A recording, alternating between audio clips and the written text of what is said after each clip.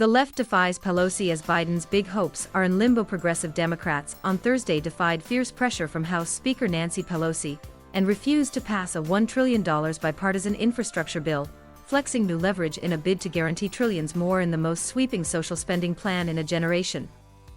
It is a rare day when Pelosi fails to control her caucus. But the veteran speaker, viewed with awe by many members for her vote-counting abilities, adopted a high-risk strategy of trying to force a vote on the first leg of Biden's forward-looking agenda. The infrastructure bill, which is the centerpiece of Biden's outreach to Republicans and his call for national unity, pours tens of billions of dollars into railroads, roads, airports, and bridges. But the path forward remains deeply uncertain, and dramatic scenes like those on Thursday are only exacerbating doubts over whether Democrats can use their control of Congress and the White House to effectively wield power ahead of next year's midterms. A pivot point for the left in the past, as in the effort to squeeze the Affordable Care Act into law during Barack Obama's presidency, Pelosi has been able to lean on more progressive members of the caucus to vote for a measure that falls well short of their ideals. But the left didn't fold on Thursday, potentially pointing to a new dynamic in the party. Pelosi's decision to push for a vote on the infrastructure bill, which few other members of her leadership team publicly thought could pass, is now likely to be widely questioned. Pelosi, using all her years of experience and influence, appeared to be convinced she could bend her caucus to her will. At one point, asked about the state of play of her last-minute arm-twisting effort, she described it as constant invigoration. But the failure to hold the scheduled vote will be sure to dent her authority, and may at least in the short term temper the mystique surrounding the speaker. You cannot, in my view, have an agreement, 2 o'clock in the morning, that nobody has seen. So, I hope again, the strategy should be to defeat this infrastructure bill, the Vermont senator said at one point, effectively making it all but impossible progressives would back down. What now for Biden's agenda? But an exhausting day also left questions for progressives. On the one hand, their decision to stand firm and demand they take up the $3.5 trillion spending bill could maximize the chances of the package remaining somewhat intact. But by further delaying passage of at least one big part of Biden's program, they are increasing the risk that it could all fall apart in what would be a disaster for Democrats.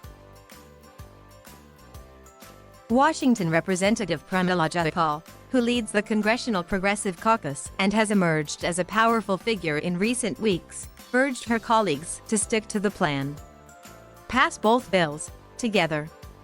We won't let massive corporations, billionaires, and a few conservative Democrats stand in the way of delivering transformational progress for millions of working people, Jayapal wrote on Twitter. Still, the progressives are playing a risky game. Manchin in particular appears to have little time for pressure from left-wing lawmakers in the House. During one of his several huddles with reporters during Thursday's drama, he said that if progressives want a bigger bill they should elect more liberals. The comment reflected the fact that Manchin, who represents a state ex-President Donald Trump won twice, has extraordinary power in a 50-50 Senate since Democrats were unable to do better in congressional elections in 2020.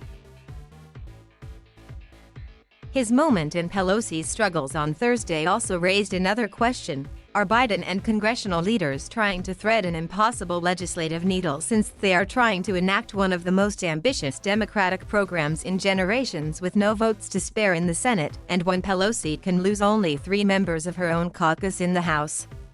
A blow to moderates. The delay in the vote is also likely to infuriate moderate House members, some of whom have said that a failure to pass the bill this week would rate as a betrayal by their colleagues.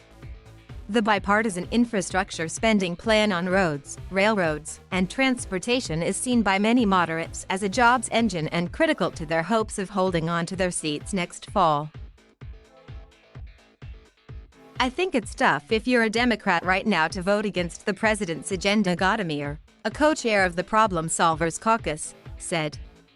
I don't think anyone wants to tank that, so that's why we're going to have to get this done and get this great bipartisan win done for the country.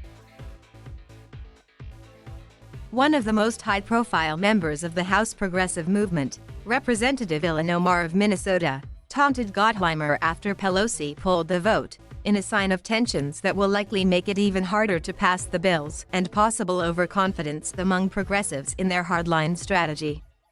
In Congress, we don't make predictions like this until we know we have the votes.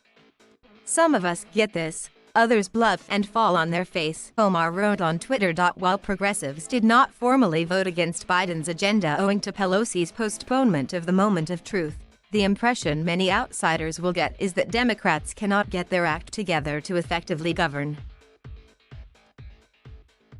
There may also be calls, after Thursday's impasse, for the president himself to get more involved.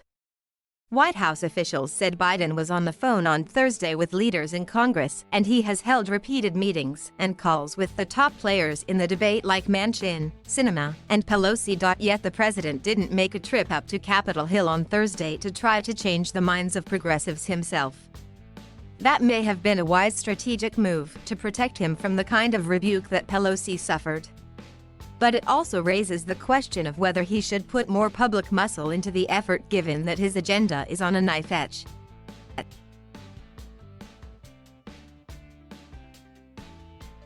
Thank you for watching. Please subscribe